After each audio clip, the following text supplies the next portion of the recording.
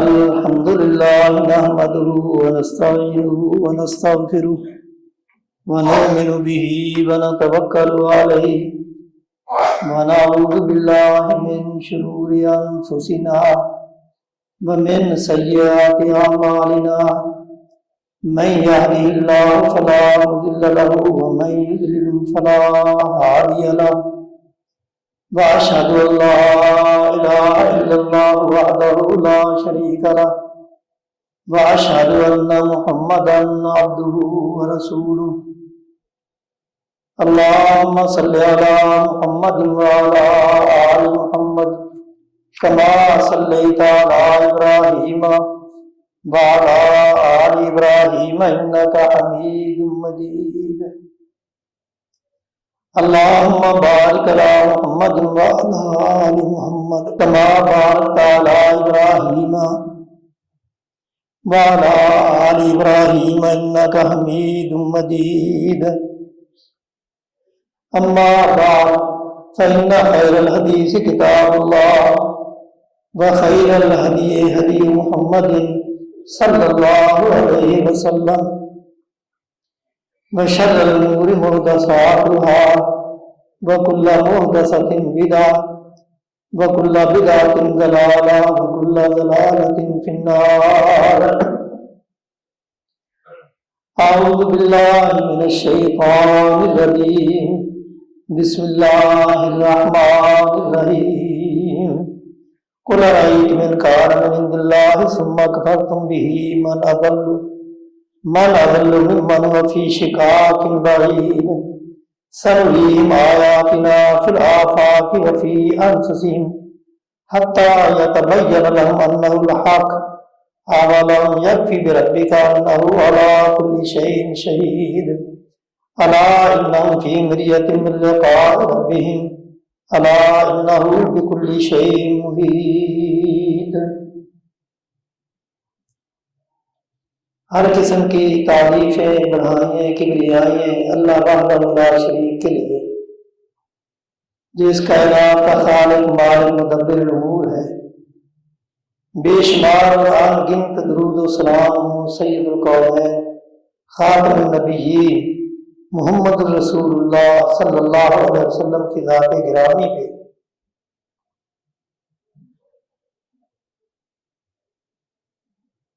آپ حضرات اچھی طرح جانتے ہیں کہ آج اس دور میں ہماری وہ نوجوان نسل جو کالج اور یونیورسٹیوں میں تعلیم حاصل کر رہے ہیں ان کا رجحان جو ہے وہ الحاد کی طرف ہو رہا ہے.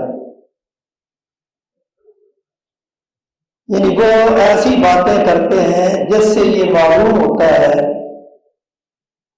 کہ وہ اللہ کی ذات کا ہی انکار کرتے ہیں.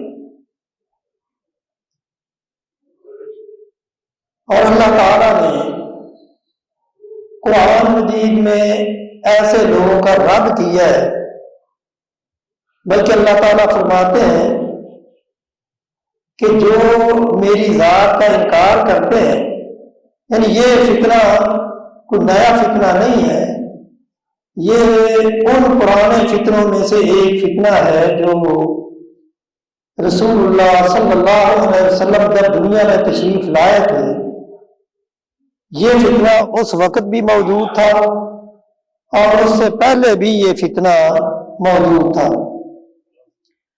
تو اللہ تعالیٰ نے اس کا رد کرتے ہوئے قرآن میں ایسے دلائل دیے ہیں کہ جن سے انسان غور و فکر کرے تو اپنے اس برے نظریے سے وہ باز آ سکتا ہے. اور اسی لیے اللہ تعالیٰ فرماتے ہیں سنریہم آیاتنا فی الآفاق وفی انفسہم حتی یتبین لہم انہ الحق اولم یکفی بربک انہ علی کل شیء شہید. ہم ان قریب ان کو اس دنیا میں اپنی نشانیاں دکھائیں گے وفی انفسہم، بلکہ ان کے اپنے نفسوں میں ایسی نشانیاں دکھائیں گے، حتی یتبین لہم انہ الحق، حتیٰ کہ ان کے لیے واضح ہو جائے گا کہ جو بات ہمیں کہی جا رہی ہے وہی حق ہے، جو ہمارے نظریات ہیں وہ باطل ہے۔ اولم یکفی بربک انہ علی کل شیء شہید، کیا تیرا رب کافی نہیں ہے کہ وہ ہر چیز پر خوب گواہی دینے والا ہے؟ الا انہم فی مریۃ من لقاء ربہم، خبردار اس بات کو اچھی طرح سن لو کہ وہ اپنے رب کی ملاقات کے بارے میں شک میں ہے۔ الا انہ بکل شیء محیط، اور وہ یہ بات یاد رکھیں کہ اللہ تعالیٰ ہر چیز کو محیط کرنے والا ہے، ہر چیز کا احاطہ کرنے والا ہے۔ تو اللہ تعالیٰ نے ان آیات میں ان لوگوں کا رد کیا ہے جو اللہ کی ذات کا انکار کرتے ہیں، کیونکہ یہ معاملہ ایسا ہے کہ اگر انسان دنیاوی چیزوں پہ معمولی سا غور کرتا ہے تو وہ اس نتیجے پہ پہنچ جاتا ہے کہ ہر چیز کا کوئی نہ کوئی بنانے والا ہے۔ مثال کے طور پہ آپ کے روز مرہ استعمال والی چیزیں جب وہ سامنے آتی ہیں تو ہر انسان کے ذہن میں آتا ہے کہ اس کا کوئی بنانے والا ہے۔ مثال کے طور پہ ہم جو یہ سوٹ پہنتے ہیں، کپڑا پہنتے ہیں سلا ہوا، تو جب سلا ہوا کپڑا آتا ہے ہمارے سامنے تو فوراً ہمارے ذہن میں یہ بات آ جاتی ہے کہ اس کا کوئی سلائی کرنے والا بھی ہے۔ علی ھذا القیاس ہر چیز جو بھی سامنے آتی ہے تو اس کے بارے میں ہمیں معلوم ہو جاتا ہے کہ اس کا کوئی صانع ہے، اس کا کوئی خالق ہے۔ تو جب یہ معمولی چیزیں ہمارے سامنے ہوتی ہیں تو ہمیں ہمارے ذہن میں اس کے کاریگر کا تصور آ جاتا ہے۔ تو یہ دنیا کا اتنا بڑا نظام، یہ سورج اور چاند اور یہ ساری چیزیں، کیا ان کو دیکھ کے ہم اس نتیجے تک نہیں پہنچ سکتے کہ ان کا بھی کوئی بنانے والا ہے؟ اور اسی لیے کسی عربی شاعر نے ایسے لوگوں کے بارے میں یہ کہا ہے، یا عجباً کیف یوصل الی ام کیف یجہدہ الجاہد وفی کل آیۃ وفی کل شیء لہ آیہ تدل علی انہ واحد،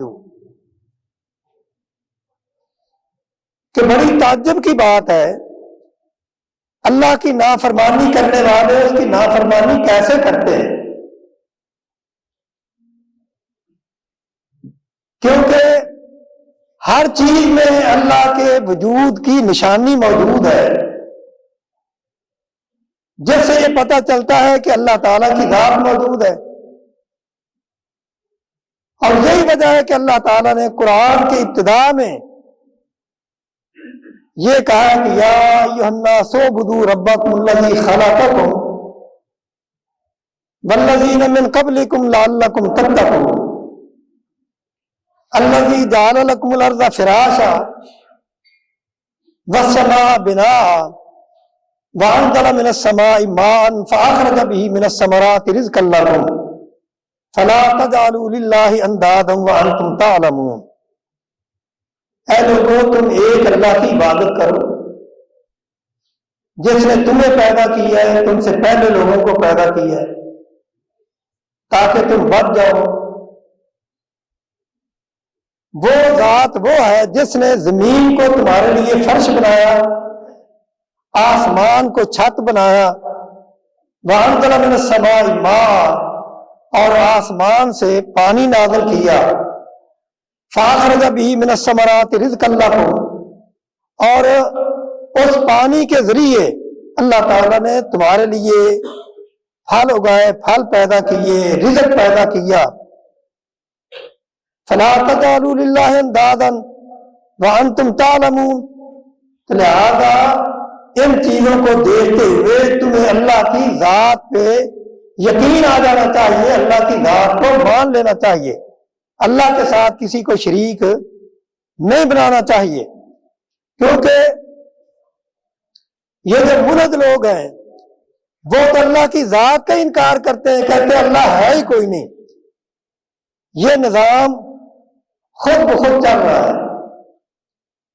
جبکہ ایسے لوگوں کو اس وقت بھی لوگوں نے دلائل دے کے عقلی دلائل سے سمجھایا کہ تمہارا نظریہ باطل ہے، تم جو کچھ کہتے ہو وہ سب غلط ہے۔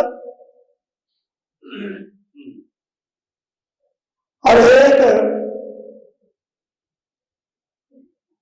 بڑھیا کا واقعہ، وہ چرخہ چلا رہی تھی، اس کے پاس ایک کسی طرح کا ملحد آیا، آ کے کہنے لگا کہ اے اماں جان، کیا آپ مجھے بتا سکتی ہیں کہ اللہ کی ذات ہے؟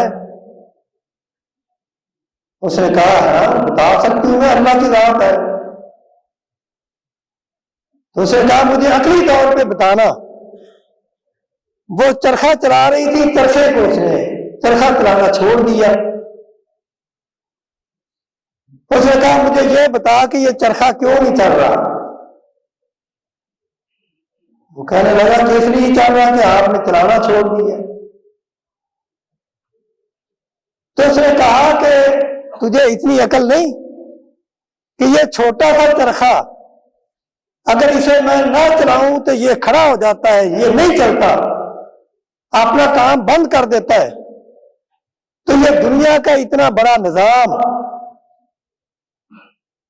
یہ سورج اور چاند، یہ ستارے،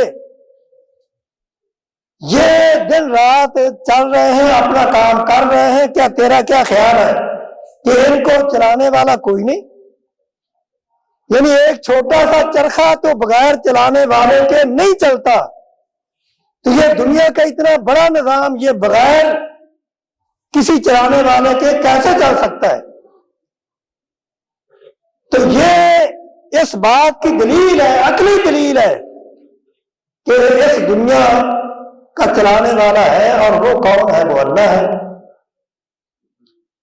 اور پھر قرآن میں اللہ تعالیٰ نے فرمایا کہ انسان وفی الارض آیات للموقنین وفی انفسکم افلا تبصرون،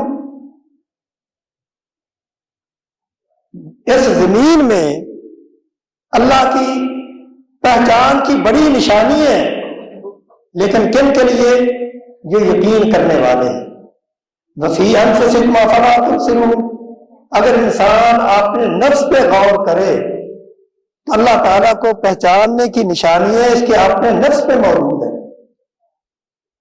اللہ تعالیٰ فرماتے ہیں هل أتى على الإنسان حين من الدهر لم يكن شيئا مذكورا إنا خلقنا الإنسان من نطفة أمشاج نبتليه فجعلناه سميعا بصيرا۔ اے انسان، تجھ پر ایک ایسا وقت آیا کہ جب تیرا نام و نشان نہیں تھا، تو یہ تو کبھی تو نے غور کیا ہے کہ تجھے وجود میں لانے والا کون ہے؟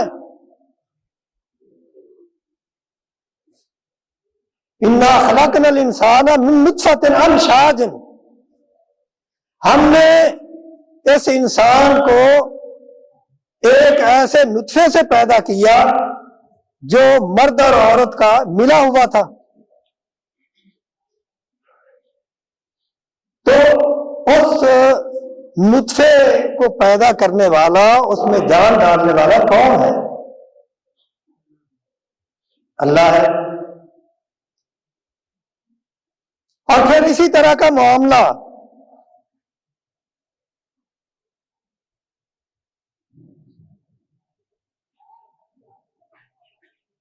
حضرت ابو حنیفہ رحمہ اللہ کے دور میں پیش آیا۔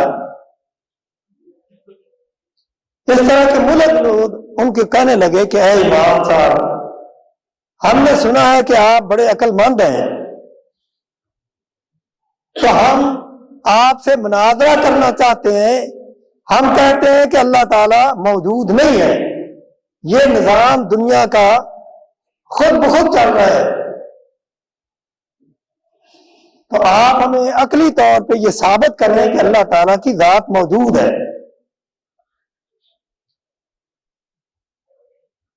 تو انہوں نے کہا میں ثابت کروں گا، وقت طے ہو گیا۔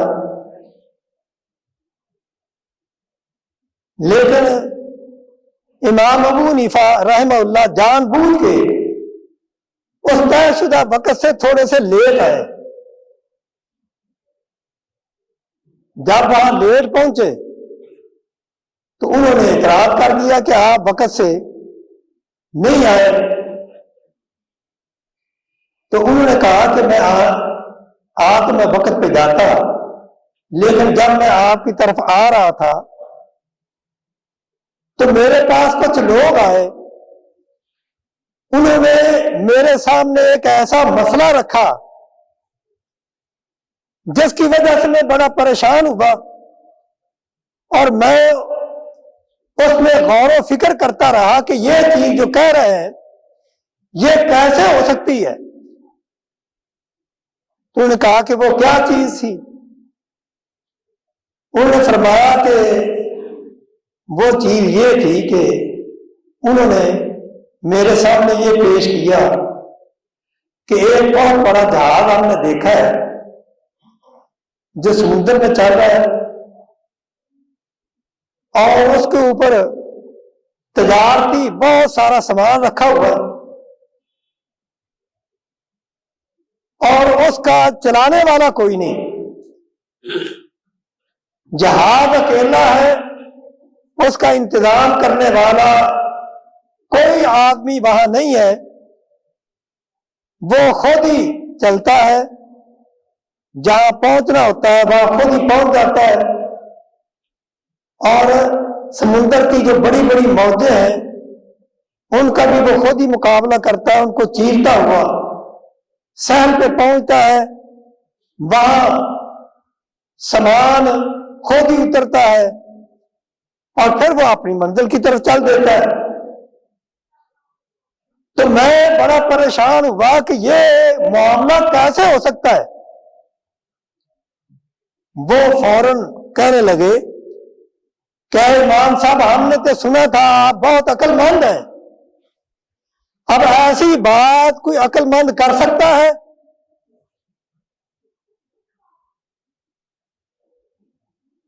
کہ یہ معاملہ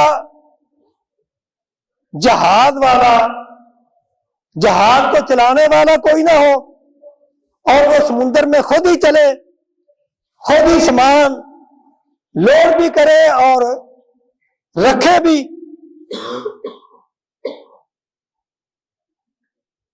کہنے لگے کہ یہ تو کوئی عقل مند آدمی یہ بات کر ہی نہیں سکتا۔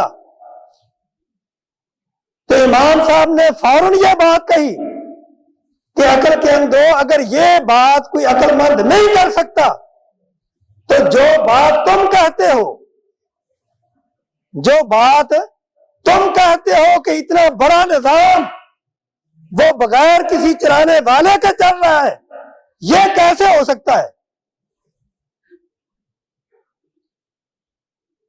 تو یہ بات جب انہوں نے کہی تو وہ ملک اس بات کو سمجھے اور فوراً انہوں نے توبہ کی اور امام صاحب کے ہاتھ پہ وہ مسلمان ہو۔ تو قرآن مجید میں ایسے کتنے دلائل ہیں جن سے اللہ تعالیٰ نے یہ ثابت کیا ہے کہ اللہ تعالیٰ کی ذات موجود ہے۔ بلکہ اللہ تعالیٰ تو فرماتے ہیں کہ انسان اگر اپنے نفس پہ غور کرے، وفی انفسکم، تمہارے اپنے نفسوں میں اللہ کے وجود کی نشانی ہے، افلا تبصرون، کیا تم غور و فکر نہیں کرتے؟ اور اللہ تعالیٰ فرماتے ہیں وَلَقَدْ خَلَقْنَا الْإِنسَانَ مِنْ صَلَالَةٍ مِّن طِينٍ ثُمَّ جَعَلْنَاهُ نُطْفَةً فِي قَرَارٍ مَّكِينٍ ثم خلقنا النطفة علقة فخلقنا العلقة مضغة فخلقنا المضغة عظاما فكسونا العظام لحما ثم انشأناه خلقا آخر فتبارك الله احسن الخالقین۔ اللہ تعالیٰ فرماتے ہیں کہ اے انسان ذرا غور و فکر کر اپنی پیدائش پہ، کہ ہم نے تجھے مٹی کے خلاصے سے پیدا کیا اور اس کے بعد پھر پانی کی ایک بوند، اور اس پانی کی ایک بوند پہ کتنی تبدیلیاں آئی۔ ثم خلقنا النطفة علقة، اس پانی کی بوند کو جمع ہوا خون بنایا، اور اس جمے ہوئے خون سے پھر گوشت کی بوٹی بنائی۔ فخلقنا المضغة عظاما، پھر اسی گوشت سے ہم نے ہڈیاں پیدا کی اور ان ہڈیوں کے اوپر گوشت چڑھایا۔ ثم انشأناه خلقا آخر، پھر ہم نے اس میں روح ڈالی اور ایک انسان پیدا ہوا۔ فتبارک اللہ احسن الخالقین، یعنی تم اس بات کو تسلیم کرو کہ وہ ذات بابرکت ہے جس نے اتنی خوبصورت شکلیں بنائی ہیں۔ اللہ الذی جعل لکم الارض قرارا والسماء بناء وصورکم فاحسن صورکم ورزقکم من الطیبات ذالکم اللہ ربکم لا الہ الا ہوا ذالکم اللہ ربکم فتبارک اللہ رب العالمین۔ اللہ تعالیٰ فرماتے ہیں کہ اے انسان، کبھی تو نے غور و فکر نہیں کیا کہ الذی جعل لکم الارض قرارا، اس زمین کو تیرے لیے فرش کس نے بنایا ہے؟ یہ زمین تو پانی کے اوپر ہے، اگر اللہ تعالیٰ اس کو نہ ٹھہراتے تو زمین ہلتی رہتی، اور اگر زمین ہلتی تو کوئی کام ہی نہیں ہو سکتا تھا۔ اللہ الذی جعل لکم الارض قرارا والسماء بناء وصورکم فاحسن صورکم، اللہ تعالیٰ نے تمہاری صورتیں بنائی۔ انسان کی شکل و صورت بنانے والا کون ہے؟ اللہ ہے۔ فاحسن صورکم، اور تمہاری شکلوں کو کتنا خوبصورت بنایا۔ ورزقکم من الطیبات، اور تمہیں پاکیزہ رزق عطا کیا۔ فتبارک اللہ رب العالمین، وہ رب بڑا بابرکت ہے جو جہانوں کا پالنے والا ہے۔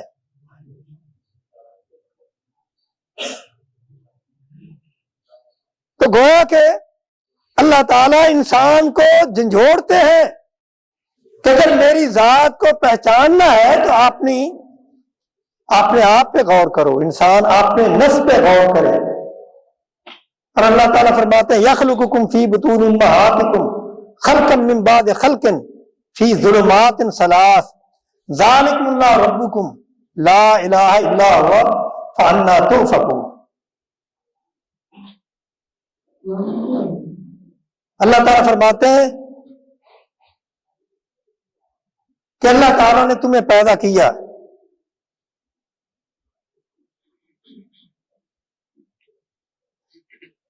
اور تمہارے اندر کتنی تبدیلیاں آئی۔ پہلے تم پانی کا نطفہ تھے، پھر جمع ہوا خون ہوا، پھر اس سے گوشت کی بوٹی بنی، لوتھڑا بنا، پھر ہڈیاں بنی، پھر ہڈیوں کے اوپر گوشت چڑھایا۔ یخلقکم فی بطون امہاتکم، یہ سب کچھ تمہاری ماؤں کے پیٹ میں ہوا.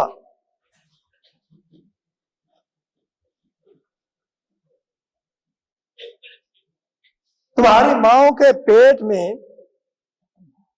کس طرح تمہاری تخلیق کی، کبھی تم نے غور کیا؟ اور پھر ہے بھی کہاں؟ خلقا من بعد خلق فی ظلمات ثلاث، یعنی تبدیلیاں آئیں، اور جہاں تبدیلیاں آئیں وہاں اندھیرے ہی اندھیرے تھے. یہاں لوڈ شیڈنگ ہو جائے، اندھیرا ہو جائے تو سارے کام بند ہو جاتے ہیں. بڑے بڑے اسپتال، بڑے بڑے قابل ڈاکٹر، وہ جب آپریشن کرتے ہیں اگر باہر روشنی نہ ہو، بجلی بند ہو جائے تو آپریشن بند ہو جاتے ہیں، ملیں بند ہو جاتی ہیں، ہر کام ٹھپ ہو جاتا ہے کہ اندھیرے میں ہم یہ کام کیسے کریں. لیکن اللہ تعالیٰ کی ذات کو دیکھیں کہ اللہ تعالیٰ فرماتا ہے فی ظلمات ثلاث یخلقکم فی بطون امہاتکم خلقا من بعد خلق فی ظلمات ثلاث. اللہ تعالیٰ نے تمہیں پیدا کیا تمہاری ماؤں کے پیٹوں میں، اور تمہاری حالت بدلتی رہی، ایک حالت سے دوسری حالت میں آئے، اور پھر اللہ تعالیٰ نے تمہارے جسم میں ہر چیز کو، دماغ کو اپنی جگہ، دل کو اپنی جگہ، گردے اپنی جگہ، جگر اپنی جگہ، اور پھیپھڑے اپنی جگہ، خون کی، کھانے کی نالیاں اپنی جگہ فٹ کی، پینے کی نالیاں اپنی جگہ فٹ کی، سانس کی نالی، اور اسی طرح ان بڑی نالیوں کے سوا خون کی چھوٹی چھوٹی رگیں، سانس کی رگیں، کانوں کی رگیں، ناک کی رگیں، زبان کی رگیں، یہ سب کچھ اللہ تعالیٰ نے کیا. وہاں کوئی روشنی نہیں تھی. تو کیا اس سے تم اپنی رب کو نہیں پہچانتے؟ کیا پھر بھی تم اپنے رب کا انکار کرتے ہو؟ اور اس لیے اللہ تعالیٰ فرماتے ہیں یخلقکم فی بطون امہاتکم خلقا من بعد خلق فی ظلمات ثلاث ذالکم اللہ ربکم، یہ تمہارا رب ہے. فانا توفکون، تم کہاں بہ کے جاتے ہو؟ کہاں تمہاری عقلیں کہاں گئیں؟ کیا تم نے کبھی سوچا نہیں؟ الم نجعل لہ عینین ولسانا وشفتین، اللہ تعالیٰ نے تمہیں 2 آنکھیں دی ہیں اور 2 ہونٹ دیے ہیں، زبان دی ہے. تو کیا تم ان چیزوں کی وجہ سے اپنے رب کو نہیں پہچانتے؟ بلکہ اللہ تعالیٰ فرماتے ہیں وَإِنَّ لَكُمْ فِي الْأَنْعَامِ لَعِبْرَةً نُسْقِيكُم مِّمَّا فِي بُطُونِهَا مِن بَيْنِ فَرْثٍ وَدَمٍ لَبَنًا خَالِصًا سَائِغًا لِلشَّارِبِينَ. تمہارے لیے اس بات میں بھی نشانی ہے کہ یہ چپائے، یہ دودھ دیتے ہیں، اور دودھ کہاں سے نکلتا ہے؟ من بین فرث و دم. اگر جانور کو ذبح کیا جائے تو اس کے اندر سے کیا نکلتا ہے؟ گوبر اور خون. اور گوبر اور خون کے درمیان میں سے خالص دودھ نکالنے والا کون ہے؟ اللہ ہے. کبھی تم نے غور و فکر کیا؟ اور اسی لیے ایک بدو آدمی سے جب کسی نے پوچھا کہ تو رب کی پہچان بتا، تو وہ کہتا ہے کہ کیا رب کو پہچاننا کوئی مشکل ہے؟ البارۃ تدل علی البعیر وآثار الاقدام تدل علی المسیر. مینگنی اس سے پتہ چلتا ہے، اگر کسی راستے میں مینگنی پڑی ہو تو پتہ چلتا ہے یہاں سے اونٹ گزر کے گیا ہے، اگر پاؤں کے نشان ہو تو پتہ چلتا ہے کہ یہاں سے کوئی آدمی گزر کے گیا ہے، اور وہ بدو کہتا ہے کہ اے مجھے پوچھنے والے ذرا یہ تو بتاؤ، فَسَمَاءٌ ذَاتُ أَبْرَاجٍ وَأَرْضٌ ذَاتُ فِجَاجٍ وَبِحَارٌ ذَاتُ أَمْوَاجٍ كَيْفَ لَا تَدُلُّ عَلَى وُجُودِ اللطیف الخبیر۔ یہ بڑے بڑے برج آسمانوں کے اور زمین کے بڑے بڑے راستے اور دریاؤں اور سمندروں میں بڑی بڑی موجیں، کیا یہ اس بات کی دلیل نہیں ہے کہ اللہ تعالیٰ موجود ہے؟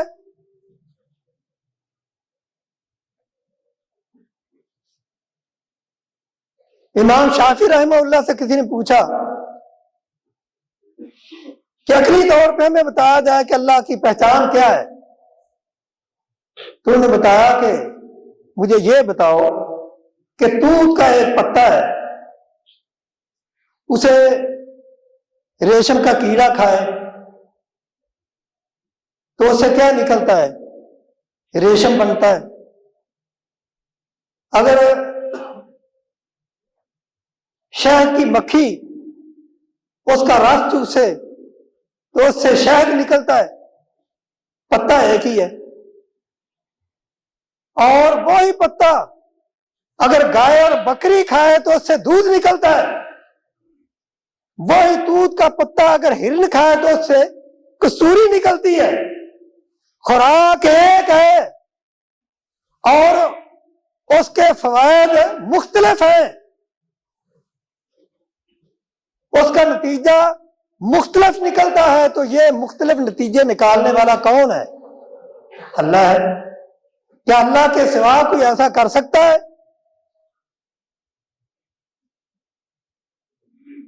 اور اسی لیے اللہ تعالیٰ نے انسان کو جھنجھوڑا ہے کہ اے لوگو، اے عقل کے اندھو، تم اس ذات کا انکار کرتے ہو جس ذات کا انکار کرنے کی گنجائش ہی نہیں۔ وَالْأَنْعَامَ خَلَقَهَا لَكُمْ فِيهَا دِفْءٌ وَمَنَافِعُ وَمِنْهَا تَأْكُلُونَ۔ اللہ تعالیٰ فرماتے ہیں کہ یہ چپائے دیکھو، اللہ تعالیٰ نے کس طرح ان چپایوں سے تمہارے لیے گرمی کا لباس تیار کرنے کے لیے اون نکالی ہے۔ یہ بھیڑ بکریاں اور اونٹ، ان کا چمڑا ہے، اور اس چمڑے سے گرم بال کون نکالتا ہے؟ وَالْأَنْعَامَ خَلَقَهَا لَكُمْ فِيهَا دِفْءٌ۔ اللہ تعالیٰ فرماتے ہیں ان چپایوں کو اللہ نے پیدا کیا اور ان چپایوں میں ہی تمہارے لیے گرم لباس کا بندوبست بھی کر دیا۔ وَالْخَيْلَ وَالْبِغَالَ وَالْحَمِيرَ لِتَرْكَبُوهَا وَزِينَةً، اور اسی طرح یہ گھوڑے، خچر اور گدھے، یہ تمہارے لیے سواریاں پیدا کی، تمہارے سامان لے جانے کے لیے یہ ٹرانسپورٹ پیدا کی اللہ نے۔ جہاں ٹرک نہیں جا سکتے، جہاں جیپیں نہیں جا سکتی، اور وہاں یہ گدھے اور گھوڑے خچر جو ہے یہ سامان پہنچاتے ہیں۔ کیا اس میں اللہ کی پہچان نہیں؟ اس لیے اللہ تعالیٰ فرماتے ہیں ذالکم اللہ ربکم، یہ تمہارا رب ہے جس کا یہ اختیار ہے، جس کی یہ قدرت ہے، اپنے رب کو پہچانو۔ اللہ تعالیٰ سے دعا ہے اللہ تعالیٰ ہمیں اپنے رب کی پہچان کی توفیق عطا فرمائے، اور رب کو پہچاننے کے بعد پھر یہ یقین ہو کہ جو ہمارا رب ہے ہم اسی کی مخلوق ہیں، اور ہمارے لیے جائز نہیں ہے کہ ہم اس کے حکم سے ادھر ادھر ہوں۔ اگر انسان یہ پہچان لیتا ہے تو یہ انسان کی کامیابی ہے۔ اللہ تعالی ہمیں یہ پہچاننے کی توفیق عطا فرمائے اور پھر اس کے بعد عمل کرنے کی بھی توفیق عطا فرمائے۔ وآخر دعوانا